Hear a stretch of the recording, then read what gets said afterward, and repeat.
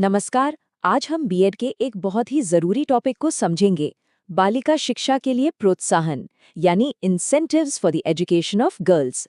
तो इस सेशन में हम ये जानेंगे कि इन प्रोत्साहनों का मतलब क्या है, आखिर इनकी जरूरत क्यों पड़ी, ये कितने तरह के होते हैं और इनका असल में क्या असर हुआ है।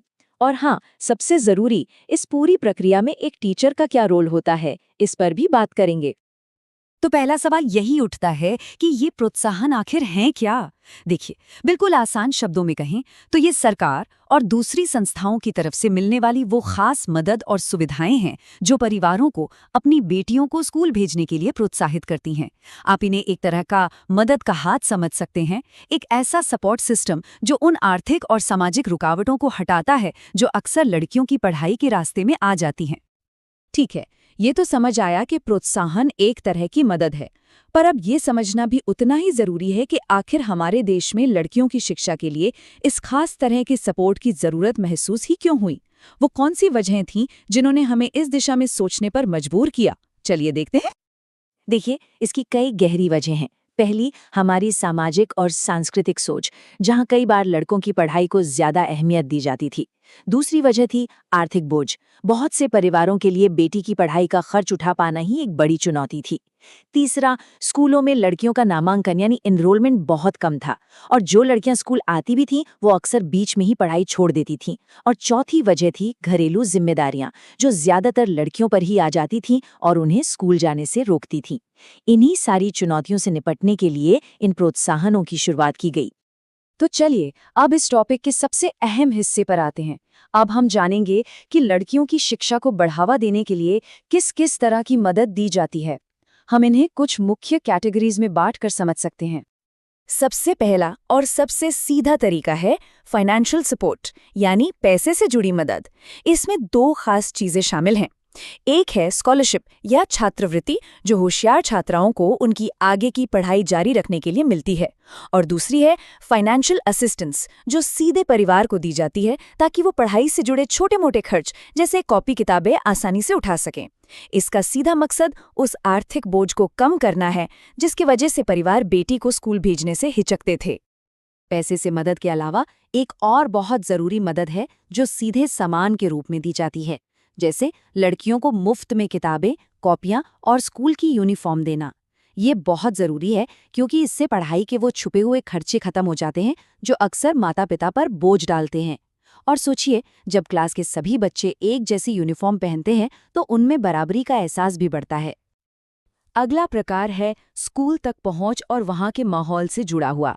मिसाल के तौर पर खासकर ग्रामीण इलाकों में लड़कियों को साइकिल देना। ये सिर्फ आने जाने की सुविधा नहीं है, ये उनकी सुरक्षा और उनकी आज़ादी को भी बढ़ाती है। इसी तरह स्कूलों में महिला शिक्षकों की नियुक्ति करना एक बहुत ही मजबूत कदम है। एक महिला टीचर न सिर्फ लड़कियों के लिए एक रोल मॉडल बनती है, बल्कि उनकी मौजूदगी से लड़कियां और उनके परिवार वाले दोनों ही स्कूल में ज्यादा सुरक्षित और सहज महसूस करते हैं। तो अब तक हमने ये सब समझा, पर एक बड़ा सवाल अब भी है। इन सभी कोशिशों का, इन सारे प्रोत्साहनों का क्या कोई फायदा हुआ? जमीन पर असल में क्या बदला है? चलिए अब जरा इन प्रोत्साहनों के असर पर नजर डालते हैं। और जवाब है हाँ, बिल्कुल हुआ। नतीजे बहुत ही पॉजिटिव रहे हैं। हमें 3 बड़े और साफ बदलाव देखने को मिले हैं। पहला, नामांकन में वृद्धि, मतलब अब पहले से कई ज्यादा लड़कियां स्कूल में एडमिशन ले रही हैं। दूसरा, स्कूल में ठहराव यानी रिटेंशन, जिसका मतलब है कि लड़कियां सिर्फ एडमिशन ही नहीं ले रही हैं बल्कि अपनी पढ़ाई पूरी करने के लिए स्कूल में टिकी भी हुई हैं। और तीसरा, बेहतर उपस्थिति, यानी अब वो पहले से ज्यादा रेगुलर स्कूल आ रही हैं। ये आंकड़े साफ दिखाते हैं कि ये योजनाएं सही दिशा में काम कर रही हैं। देखिए, सरकार योजनाएं बना सकती है, उसके लिए पैसा भी दे सकती है, लेकिन उन योजनाओं को हकीकत में कौन बदलता है? आप, एक शिक्षक। इन सभी योजनाओं की सफलता जमीनी स्तर पर आप जैसे शिक्षकों पर ही निर्भर करती है। आपका रोल इसमें सबसे ज्यादा क्रिटिकल है। तो एक शिक्षक के तौर पर आप क्या कर सकते हैं? सबसे पहला काम, योजनाओं का सही कार्यान्वयन सुनिश्चित करना। मतलब ये देखना कि हर योजना का लाभ बिना किसी भेदभाव के हर हकदार छात्रा तक जरूर पहुंचे। दूसरा, माता-पिता और समुदाय के लोगों से बात करना, उन्हें जागरूक करना और लड़कियों की शिक्षा के फायदे समझाना। तीसरा, अपनी क्लास का माहौल ऐसा बनाना जो सुरक्षित हो, जहां हर लड़की बिना किसी झिझक के अपनी बात कह सके, सवाल पूछ सके। और चौथा, एक गाइड और काउंसलर की भूमिका निभाना, उन लड़कियों को पहचानना जिनके स्कूल छोड़ने का खतरा है और उन्हें सही समय पर जरूरी मदद देना। तो आइए इस पूरी चर्चा को समेटते हुए एक बार फिर से उन मुख्य प्रोत्साहनों पर नजर डालते हैं जिन्होंने शिक्षा के क्षेत्र में एक समान भविष्य बनाने की नींव रखी है। ये एक तरह से हमारे आज के इस सेशन का सार है।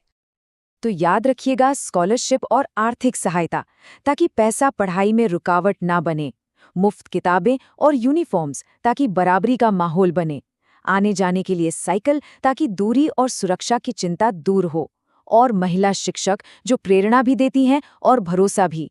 ये वो तरीके हैं जो एक बेहतर कल बनाने में हमारी मदद कर रहे हैं। और आखिर में पंडित जवाहरलाल नेहरू के इस कथन के साथ समाप्त करते हैं, अगर आप एक महिला को शिक्षित करते हैं तो आप पूरे परिवार को शिक्षित करते हैं। महिला सशक्तिकरण का मतलब है भारत माँ का सशक्तिकरण। ये बात हमें हमेशा याद दिलाती है कि लड़कियों को पढ़ाना सिर्फ उन्हें एक डिग्री देना नहीं है, बल्कि यह एक बेहतर समाज और एक मजबूत देश की नींव रखना है।